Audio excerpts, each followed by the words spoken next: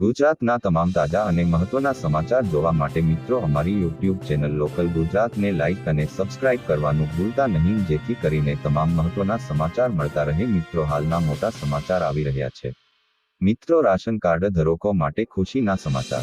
November 2023માં આપી મંજૂરી। કેન્દ્ર સરકારની આ યોજના અંતર્ગત દેશની લગભગ 81 કરોડ જનતાને 2028 સુધી ફ્રી રાશન મળવાનું ચાલુ રહેશે।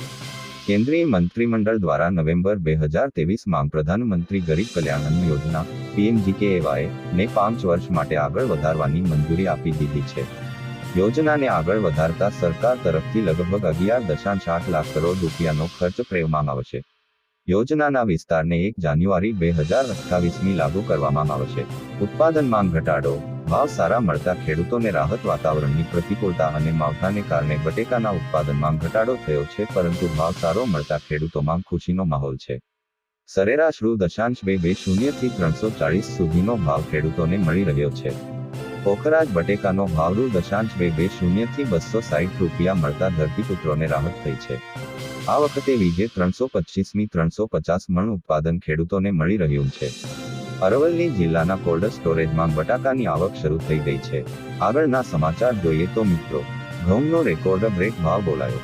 સાબરકાંઠા જિલ્લાના હિંમતનગર APMC ખાતે ઘઉંનો રેકોર્ડ બ્રેક ભાવ બોલાતા ખેડૂતોમાં ખુશીની લહેર ફરી વળી હતી। આજે ઘઉંના ભાવ 1 મણના રૂ.480 800 સુધી બોલાયા હતા। તેમજ માર્કેટયાર્ડમાં 15મી 20,000 બોરી ઘઉંની આવક થઈ હતી।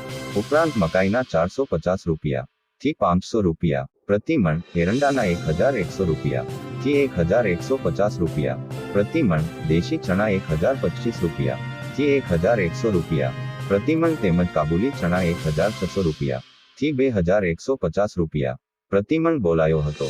આગળના સમાચાર જોઈએ તો મિત્રો, ખેડૂતો ટીપી સ્કીમના વિરોધમાં ભેગા થયા। ટીપી સ્કીમના અમલમાં વિરોધમાં ભાવનગરના અલંગના મણાર ગામે ખેડૂતોએ સંમેલન યોજ્યું હતું। અગાઉ મોકૂફ રખાયેલી ટીપી સ્કીમ ફરી શરૂ કરવાના નિર્ણય સામે ખેડૂતોએ નારાજગી દર્શાવી છે। ફળદ્રુપતાવાળી જમીન હોવાથી આ જગ્યાએ સ્કીમની જરૂરિયાત નથી તેમ ખેડૂતો જણાવી રહ્યા છે। 1 વર્ષથી આ બાબતે ખેડૂતો અને સરકાર આમને સામને છે। ખેડૂતોના વિરોધને કારણે હવે તંત્ર શું સમાધાન શોધે છે તે આવનારો સમય બતાવશે। આગળના સમાચાર જોઈએ તો મિત્રો, સોના ચાંદીના ભાવમાં ઘટાડો। ઇન્ડિયા બુલિયન એન્ડ જ્વેલર્સ એસોસિએશનના જણાવ્યા અનુસાર 24 કેરેટ સોનું રૂ.289 સસ્તું થઈને રૂ.65,270 પ્રતિ 10 ગ્રામ થઈ ગયું છે। આજ મહિને 11 માર્ચે તે 65,270ના ઓલ ટાઈમ હાઈ પર પહોંચ્યું હતું। તો આ તરફ ચાંદી રૂ.438 સસ્તી થઈને 73,772 રૂપિયા પ્રતિ કિલો પર પહોંચી ગઈ છે। ચાંદીનો ભાવ 4 ડિસેમ્બર 2023ના રોજ 77,703 પ્રતિ કિલો થઈ હતી, જે ઓલ ટાઈમ હાઈ ભાવ હતો।